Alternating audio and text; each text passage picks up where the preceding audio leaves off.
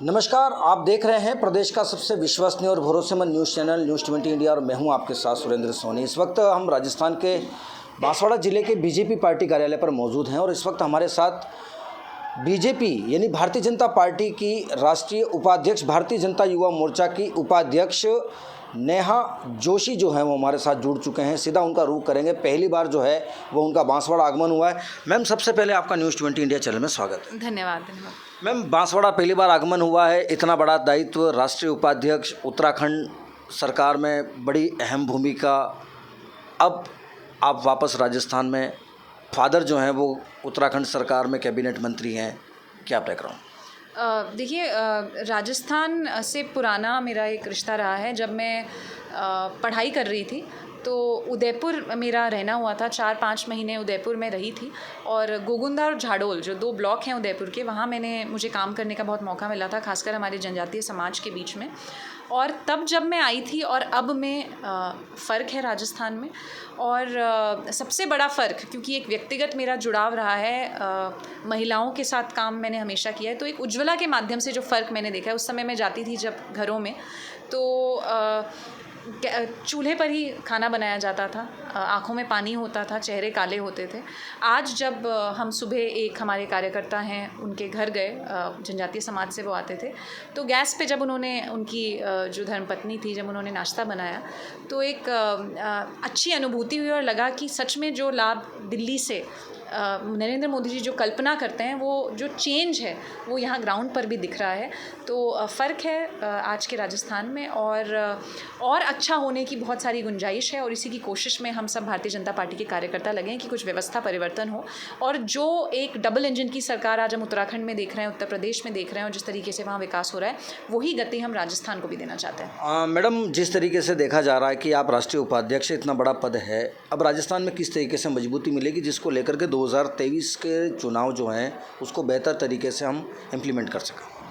देखिए, राजस्थान की प्रभारी के रूप में संगठन ने मुझे ये दायित्व दिया है, तो मेरी कोशिश ये है कि 2023 जब हम चुनाव में जाएं, उससे पहले हमारी जो संगठन की संरचना है, हमारे प्रदेश के अध्यक्ष युवा मोर्चा के हैं हिमांशु शर्मा जी, बहुत ही डायनामिक अध्यक्ष हैं, बहुत अच्छा काम कर रहे हैं। उनके नेतृत्व में मैं देख रही हूँ कि जहाँ भी मैं प्रवास कर रही हूँ, इससे पहले मैं बीकानेर संभाग में गई थी, मैं श्रीगंगानगर गई, मैं सीकर गई, झुंझुनू जाना हुआ, तो जिस भी ज़िले में मेरा जाना हो रहा है, वहाँ मैं देख रही हूँ कि युवा मोर्चा की बहुत अच्छी टीम बनी हुई है, हमारे कार्यकर्ता बहुत सक्रिय हैं और यही कार्यकर्ता हैं जो हमें चुनाव में लेकर जाएंगे और चुनाव प्रचंड बहुमत से जिताएंगे।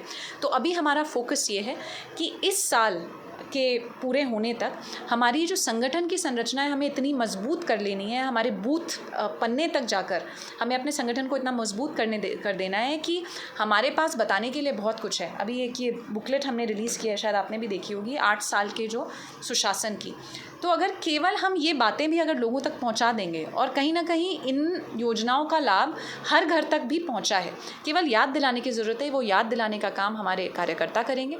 इसके साथ साथ जो इस सरकार के फेलियर्स रहे हैं, हमारी प्रदेश सरकार के, लगातार, मैं तो उत्तराखंड से आती हूँ, लेकिन उत्तराखंड में भी जब हम अखबार खोलते हैं और ख़ासकर महिलाओं के प्रति जो अत्याचार के रूप में राजस्थान आज आगे बढ़ता जा रहा है, और मैंने आपको बताया मैं राजस्थान रही हूँ कुछ समय, और उस समय ऐसा समय नहीं था। मैं फील्ड में जाती थी, ये जो हमारी शेयर्ड आपकी जीप होती है, इसमें मैं बैठ के जाती थी, कभी मुझे असुरक्षित महसूस नहीं हुआ। तो लोग वही हैं, कुछ तो संरक्षण किसी का मिला होगा कि आज इस तरीके की घटनाएं हो रही हैं, इस तरीके के अत्याचार हो रहे हैं और बार बार बड़े बड़े कांग्रेस के नेताओं के परिवारों के नाम इसमें आ रहे हैं। आज जब कोई एग्ज़ाम होता है यहाँ पे तो उसका पेपर लीक हो जाता है, जो नौकरियाँ निकलती हैं उसका लाभ केवल राजनीतिक परिवारों को ही मिलता ने पूरा लीड किया था, उसमें देखा। महिला सुरक्षा के मामले में लगातार हमारा युवा मोर्चा आगे रहा है, महिला मोर्चा आगे रहा है, सड़कों पर उतरा है। तो ये सारी जो चीज़ें हैं, ये भी हम लोगों के बीच में लेकर जाएंगे और मेरा जितना राजस्थान के आम जन से भी इंटरेक्शन रहा है, लग रहा है कि लोगों ने इस बार मन बना लिया है कि इनको बाहर निकालना है। मैडम, जिस तरीके से राजस्थान की परिस्थितियाँ देखी जा रही है कि बीजेपी और कांग्रेस दोनों ही पार्टियों की अगर मैं बात करूँ, लेकिन खास करके अगर मैं बीजेपी की बात करूँ तो अंदरूनी स्क्रिप्ट लिखी जा रही है, अंदरूनी जो है वो रस्साकसी चल रही है। तो क्या चुनाव से पहले क्या ये स्थितियां साफ हो पाएगी कि चेहरा कौन होगा मुख्यमंत्री का, ताकि एक अच्छी कैंपेनिंग हो सके? देखिए, राजनीति में राजनीति नहीं होगी तो कहाँ होगी? तो ये जो अंदरूनी कलह आप कह रहे हैं, मैं तो कहूँगी कि यही राजनीति है कि सब लोग अपना कद बढ़ाने की कोशिश करते हैं, हर व्यक्ति कोशिश करता है कि अपना प्रभाव बढ़े। लेकिन भारतीय जनता पार्टी की जो सुंदरता है वो हमारा संगठन है, हमारी ताकत हमारा संगठन है, और संगठन सर्वोपरि है किसी भी कार्यकर्ता के लिए। तो चुनाव आते आते आप देखेंगे कि सब आपको एक दिखेंगे, केवल एक ही बात होगी, कमल का फूल। कमल का फूल लेकर हम लोगों के बीच में जाएंगे, अपनी उपलब्धियाँ लेकर बीच में जाएंगे, और सीएम फेस जो भी होगा वो चुनाव आते आते पता चली जाएगा। मैडम, अभी हाल ही में एक कांग्रेस के जो मंत्री हैं उसने विधायकों की खरीद फरोख्त को लेकर के आरोप लगाए हैं। लगातार जिस तरीके से राज्यसभा का चुनाव है, कुछ ही देर में रिजल्ट आने वाला है, तो क्या लग रहा है कि कांग्रेस जो है वो एसीबी के पास जा रही है, बीजेपी जो है वो ईडी के पास जा रही है, तो ये रस्साकसी का खेल कब तक चलेगा? क्या स्थितियाँ, क्या आप मानते हैं इस सारी दृष्टिकोण को? सरकार इनकी है प्रदेश में, आपको पता है सीटें कितनी इनकी हैं, उसके बाद भी अपने विधायकों पर विश्वास नहीं है, बाड़ेबंदी करनी पड़ रही है, रिजॉर्ट पॉलिटिक्स करनी पड़ रही है।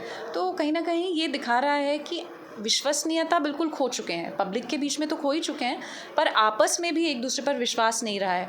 तो ये संकेत तो किसी भी पार्टी के लिए अच्छे नहीं हो सकते। तो क्या आप मानते हैं कि मैम 2023 के विधानसभा चुनाव और 2024 के जो हैं वो लोकसभा चुनाव सिर्फ एक ही ब्रांडिंग चेहरा रहेगा मोदी, या फिर राजस्थान में विधानसभा चुनाव में कोई ऐसा चेहरा जो परिवर्तन चाहता ही है? क्योंकि यहाँ की जनता भी कुछ परिवर्तन चाहती है, बीजेपी में कुछ नया देखना चाहती है। तो आप क्या आंकलन लगाती हैं 2023 के चुनाव को लेकर? देखिए, आज हमारा सौभाग्य है कि हम उस पार्टी से आते हैं जहां हमारे पास मोदी जी जैसे युग पुरुष हैं, एक ऐसे नेता हैं जो उत्तराखंड से लेकर उत्तर प्रदेश से लेकर राजस्थान तक हर जगह उनकी इतनी फ़ैन फॉलोइंग है, उनकी इतनी डिमांड है कि मीडिया के हमारे साथी कहते हैं कि सिर्फ मोदी जी के बल पर आप चुनाव जीत सकते हैं। लेकिन हमारी ताकत हमारा संगठन है, जब हम चुनाव में जाएंगे तो संगठन की ताकत पर जाएंगे, और चेहरा हो ना हो ये विषय नहीं है। हमारे पास सुशासन है, हमारे पास ये 8 साल हैं जिनके बारे में हम बात करेंगे, और हमारे पास वो पिछले जो ये कुशासन चला है इनका पिछले 5 साल का, तो वो जब हम लेकर जाएंगे तो जीत तो हमारी ही होने वाली है। चेहरा कौन होगा कौन नहीं होगा ये मिलकर तय कर लेंगे बाद में।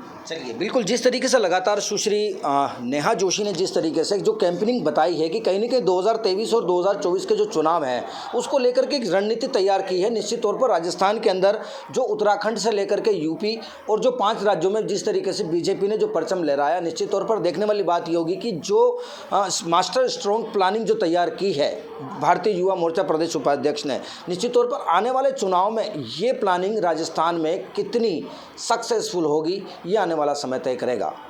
कैमरा पर्सन दीप चौहान के साथ सुरेंद्र सोनी, न्यूज़ 20 इंडिया, बांसवाड़ा।